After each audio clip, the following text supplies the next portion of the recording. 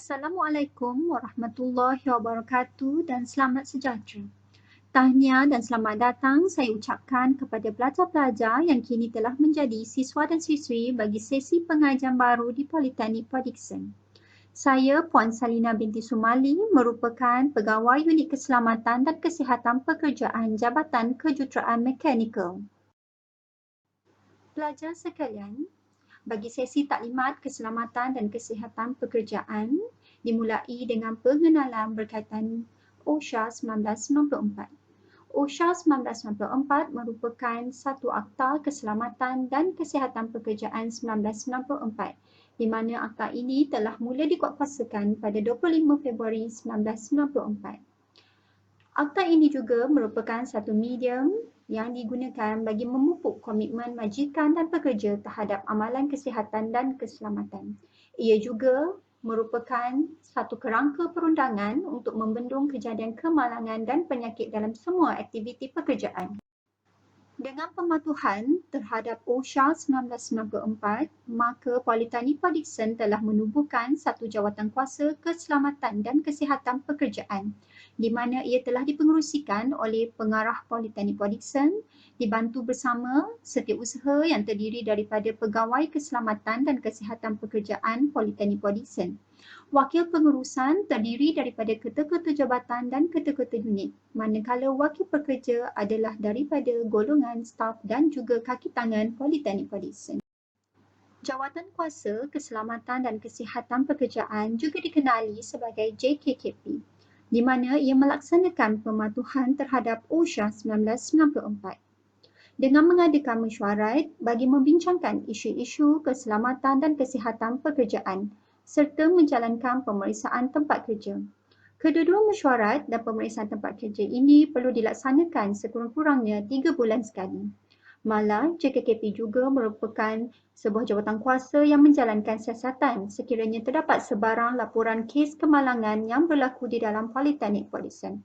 Selain itu, JKKP juga berperanan dalam mengambil tindakan-tindakan pembetulan dan pencegahan bagi mengawal serta mencegah kemalangan dan juga hazard daripada terus berulang. Berdasarkan hasil kajian yang telah dijalankan oleh National Institute of Occupational Safety and Health, ia mendapati bahawa 90% kemalangan adalah berpunca daripada tindakan yang tidak selamat dan 10% lagi kemalangan berpunca daripada keadaan yang tidak selamat. Beberapa contoh berkaitan dengan tindakan tidak selamat termasuklah tidak mematuhi peraturan keselamatan atau SOP yang telah ditetapkan, melakukan kerja dengan cara yang salah ataupun cuai, serta tidak memakai atau menggunakan PPE dengan cara yang betul. Manakala contoh bagi keadaan yang tidak selamat termasuklah lantai yang licin, peralatan yang rosak, pencemaran serta faktor cuaca. Berdasarkan kajian juga, ia mendapati bahawa 70% kemalangan boleh dicegah dengan pemantapan dasar keselamatan, prosedur kendalian standard iaitu SOP, pemakaian PPE, pemeriksaan tempat kerja, penyediaan latihan oleh pengurusan organisasi, penyelenggaraan terhadap mesin serta peralatan dan juga pelaksanaan kempen serta promosi kesedaran berkaitan dengan keselamatan dan kesihatan pekerjaan.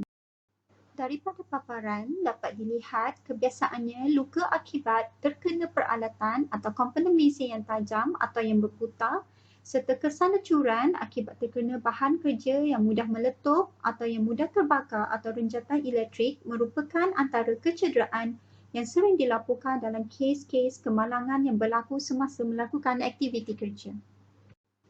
Justeru itu, bagi mengawal serta mencegah kemalangan, kecederaan maupun risiko penyakit daripada berlaku, maka Politeknik Port Dickson telah membangunkan dasar keselamatan dan kesihatan pekerjaan. Dasar ini secara asasnya merupakan aku janji pihak pengurusan Politeknik Port Dickson dalam memastikan kawasan, proses kerja serta penghuni yang berada di dalam kawasan kampus Politeknik Port Dickson terpelihara daripada sebarang risiko hazard dengan pelaksanaan aktiviti KKP serta penilaian yang berterusan. Pematuhan terhadap SOP terutamanya apabila melakukan kerja-kerja amali di bengkel dan makmal dilihat sangat penting. Hal ini kerana pelajar terdedah dengan risiko hazard mengikut aktiviti yang dijalankan. Maka adalah menjadi kewajipan kepada pelajar untuk mendengar terlebih dahulu taklimat keselamatan yang disampaikan oleh pensyarah, memakai kasut keselamatan, baju bengkel serta PPE yang betul semasa aktiviti amali dijalankan. Setiap bengkel dan makmal di Jabatan Kejuruteraan Mekanikal disediakan dengan SOP am bengkel dan makmal untuk dijadikan rujukan dan dipatuhi oleh setiap pelajar serta pensyarah. Bermula pada bulan Mac tahun 2020, negara telah dikejutkan dengan penularan wabak COVID-19 yang boleh menjadi risiko penyakit kepada pelajar serta warga Politeknik Port Dickson. Maka, beberapa SOP pasca COVID-19 telah dibangunkan oleh Unit Keselamatan dan Kesihatan Pekerjaan Politeknik sebagai langkah kawalan terhadap penularan wabak ini di dalam kampus.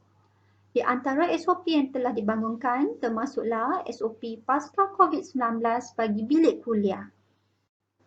Seterusnya, SOP pasca COVID-19 bagi aktiviti bengkel dan makmal serta SOP pasca COVID-19 berkaitan pertemuan pelajar dengan kaki tangan politeknik. Kesemua SOP pasca COVID-19 yang dikuatkuasakan telah menggariskan bahawa semua pelajar perlu membuat saringan suhu badan sebelum memasuki bilik kuliah, bengkel, makmal atau semasa berjumpa dengan kaki tangan politeknik. Pelajar juga perlu sentiasa memakai pelitup hidung dan mulut semasa berada di dalam kampus. Kerap membasuh tangan dengan menggunakan sabun atau hand sanitizer. Sentiasa mengamalkan penjarakan sosial 1 meter. Mengimbas dan menyimpan kod QR MySejahtera semasa berada di dalam kawasan JKM.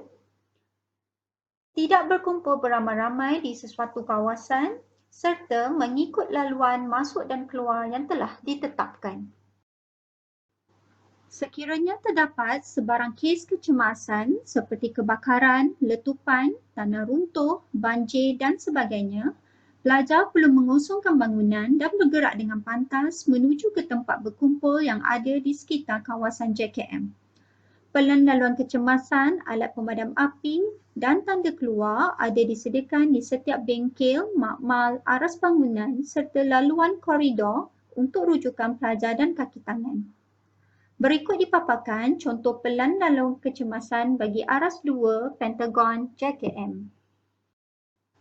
Untuk maklumat pelajar, di JKM terdapat 3 tempat berkumpul yang juga dikenali sebagai Assembly Point yang diwakili dengan AP12 yang terletak di ruang parkir hadapan Pentagon.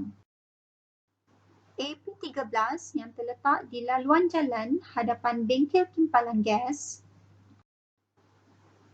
dan AP14 yang terletak di hadapan stor pusat. Kesemua assembly point ini telah ditandakan dengan jelas dan bebas daripada sebarang halangan. Akhir kata, saya mohon agar semua pelajar dapat mematuhi peraturan keselamatan, SOP yang telah dibangunkan serta melaksanakan aktiviti KKP yang disediakan bagi mengawal sebarang kemalangan, kecederaan dan risiko penyakit semasa melakukan aktiviti kerja di JKM. Jadikan amalan utamakan keselamatan dan kesihatan sebagai budaya dalam membentuk diri anda sebagai warga politeknik yang bertanggungjawab.